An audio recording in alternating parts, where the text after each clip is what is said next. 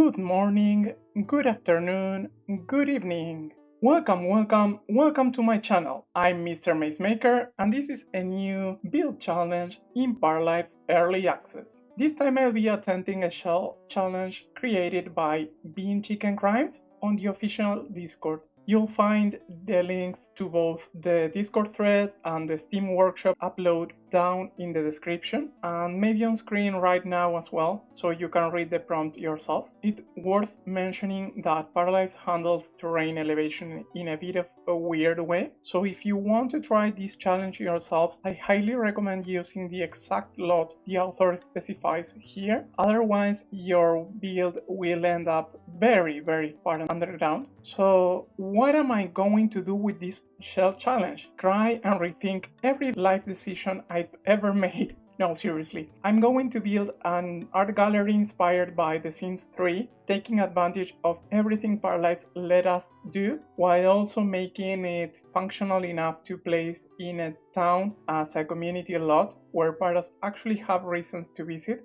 The Sims 3 is my favorite game of all time, but it is one of those relationships you know you shouldn't go back to.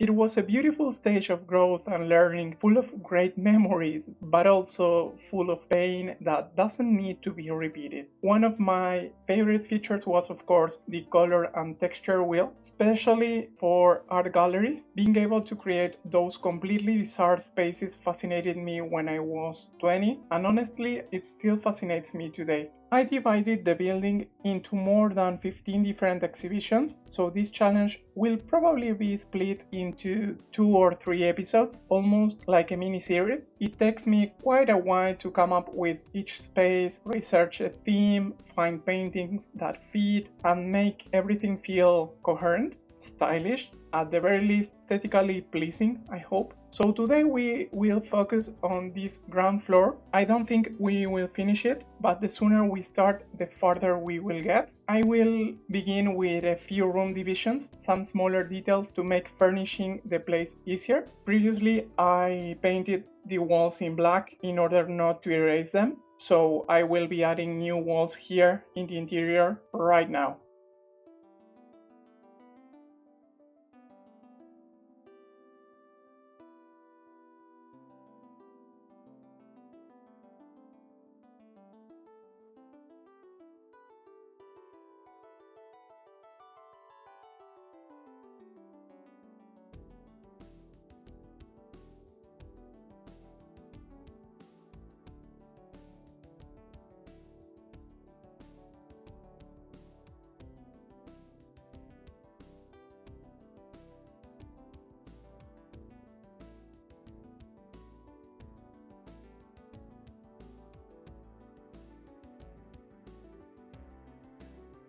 Okay, so now finally here we go with room number 1. I'm going to keep this door, but not as my entrance door because it ruins the feng shui. So let's take it inside and I will duplicate it for further purposes here. The theme here is Harlequin slash clown. I'll split the room as you see into 2 sections to represent a happier mood on the first one and the sadder, more desperate one on the second part. Although I'll desaturate the palette a bit so the melancholic feeling stays present throughout the whole room. I hope you like it.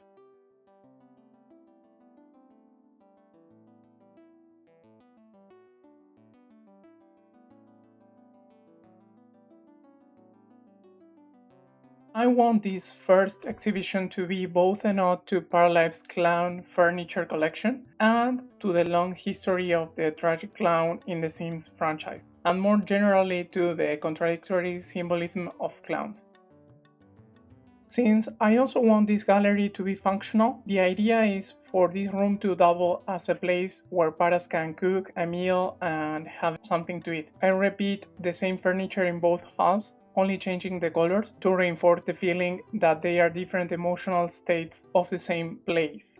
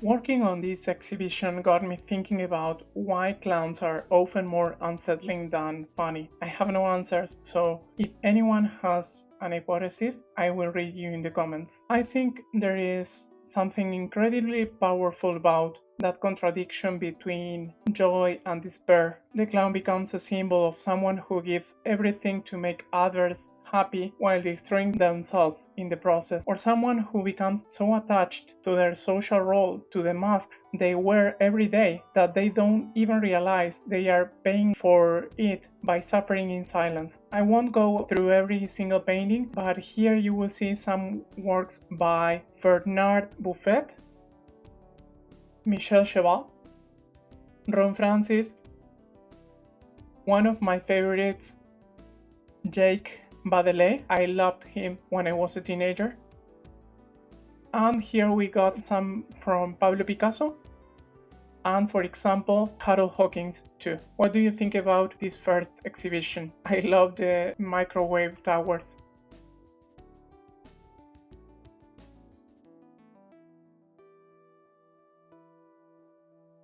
The windows facing the courtyard, which I'll probably keep inaccessible, are actually meant to give us a glimpse of another exhibition that we won't be visiting today. For now, let's move on to this second room down here, which will be our exhibition about studies of the human body and anatomy. I want to include treadmills and weight machines, but also make use of some of the strange furniture pieces that fit the anatomical theme surprisingly well, as the ellipse couch or the leg floor lamp.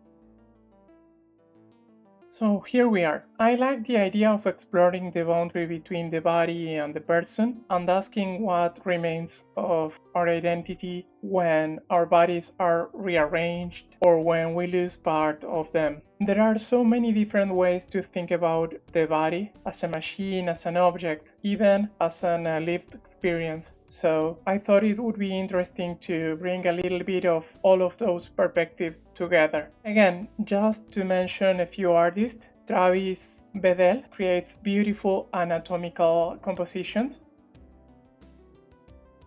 Then we have, for example, David Abebe and Egon Schiele, both explore distortion in their work.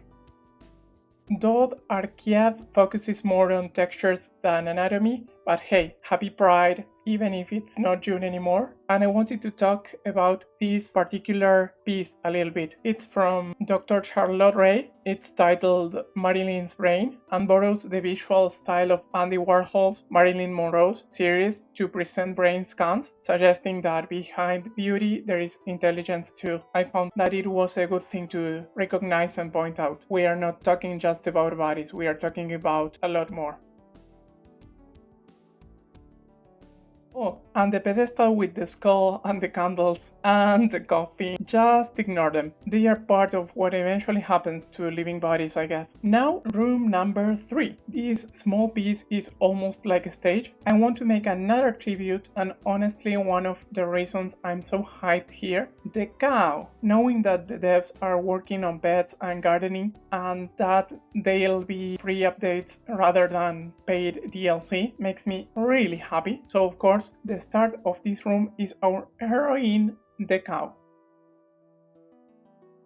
I'm going to make a row of milk cartons and milk bottles as a kind of barrier, perhaps, or open bar, I don't know. It's interesting how the milk carton has become such a recognizable symbol here. I'm missing so much the ability to duplicate an item when you're holding it, and I'm suffering here in order to put things on this space. It's kinda tricky.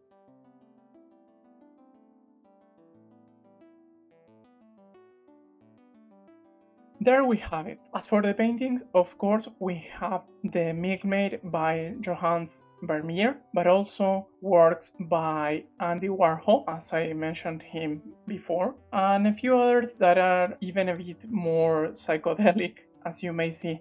This is a great opportunity to think about what differentiates an animal that's used to produce something for us than our companions and family, how the relationship with animals is defined and modified by our culture. Moving on, we will skip this fourth room. I already know the theme. It will be games and toys, childhood if you want to call it that, but that will be for the next episode. Instead, let's move on to room number 5, dedicated to animal prints. One of my biggest inspirations for using the color wheel came from an art gallery in The Sims 3. I think it was in Bridgeport or maybe Aurora Skies, I honestly don't remember. There was this little corner where the walls, floor, and every single piece of furniture all used the exact same newspaper texture, so everything blended together. It made for a really interesting installation. Here the texture tools for walls and floors are a bit more limited, but Paralives makes up for it by letting us upload images. The stars of this room are the tiger sofa, the tentacle bed, and the tentacle lighting too.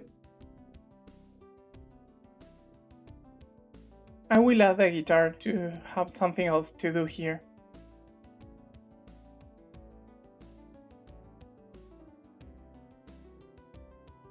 Okay, here is the current result. I couldn't find the customizable rug on my mods. I might be having problems with some of them, but I wanted to show you what I've been doing here. It's kinda bare bones, you know, we don't have much furniture, but we do have some interesting pieces in the walls. For example, this rooster is from a Brazilian artist called Hannah Inaya. Here we have Rex Wood's Dalmatians and also Alexander Lufer's Red Dog here. Most of the other ones are just textures I've been collecting from butterflies, snakes, zebras, and peacocks, tigers, animals like those.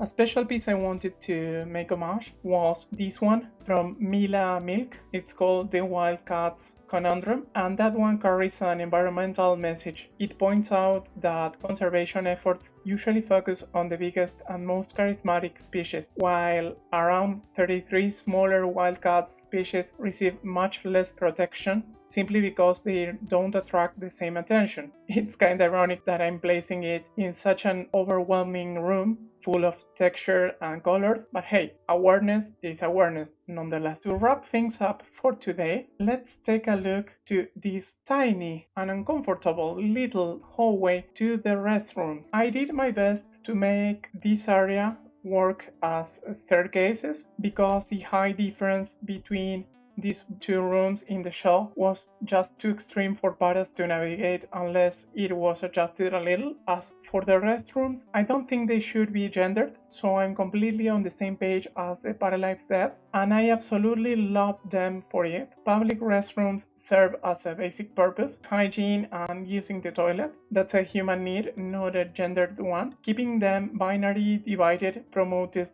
bigotry and sends the message that people need to be separated in order to exercise an everyday right, when public policies should instead promote inclusion and respect for all identities. Of course, preventing violence and harassment is essential, but segregation isn't what achieves that. Education and clear rules do so.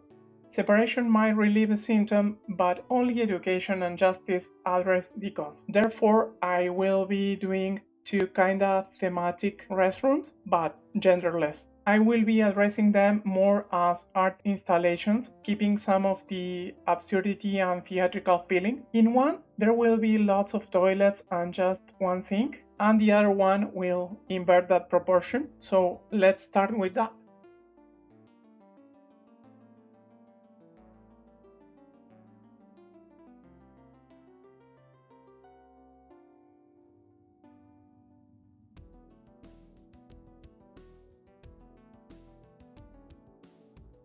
So for this one with the many toilets, I want the mirror to be on the unexpected wall. Let's use one of the most basic mirrors and expand it all along. On the other wall, I would like to have the toilet rolls.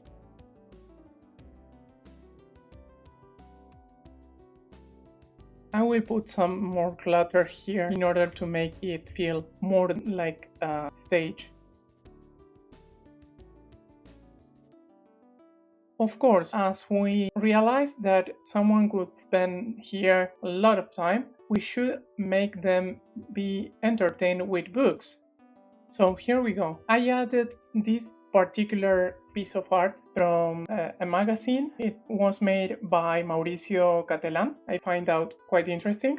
And on the other wall, it's a little bit more disturbed, but I think it's interesting, to take this talk about gender and identity and what's going on public spaces furthermore. Let's go with the next one.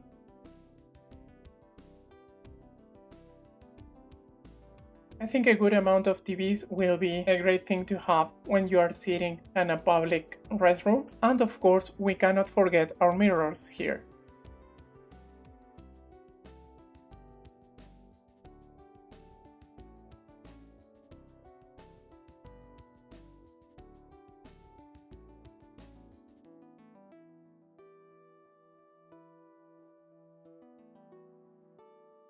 So here we go. I did my best to furnish these stalls the way I wanted them, but the game is lagging so hard on me. I think it's because of the reflections on the mirrors. Honestly, I think we desperately need the option to turn off reflections. I don't mind it. I played that way with The Sims 3 and even The Sims 4 because even though my PC specs are good enough to handle the game, for some weird reason, these kind of things, when you put several mirrors all together, it starts crashing the game so hard. But alas, here we go. We got a full wall of mirrors, and of course, if I could move the freaking camera! Another magazine cover of toilet paper from Mauricio Catalan. There we have another picture regarding this thing about watching and being watched by others. I think it was an interesting topic to talk about on a bathroom for some reason.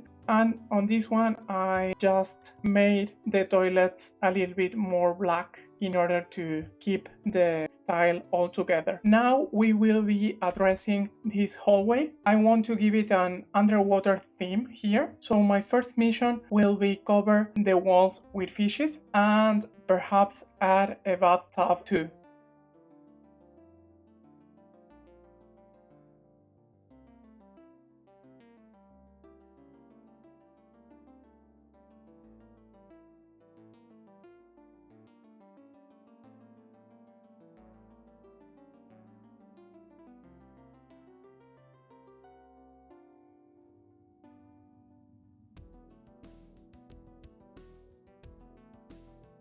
Gosh, that was hard. The game is crashing on me, it's so slow. It's funny because for little moments it goes so smooth and then it stops and suffers in silence. So this is our hallway here. Of course, we got our wall of fishes and the tub. This is René Magritte's collective invention. And if I could just make it spin, we can see here the other one, Joanna Braithwaite's luxury liner. Two amazing artists these women. But that's all for today. I hope you enjoyed it. It has been an honor and a privilege to have you joining me on this descent into madness. Don't forget to leave a like and a nice comment, share the video with a friend who loves art and Paralives, and subscribe so you don't miss the next part of this challenge. We've still got about 10 more installations left to decorate. I'll see you again very soon. Bye bye!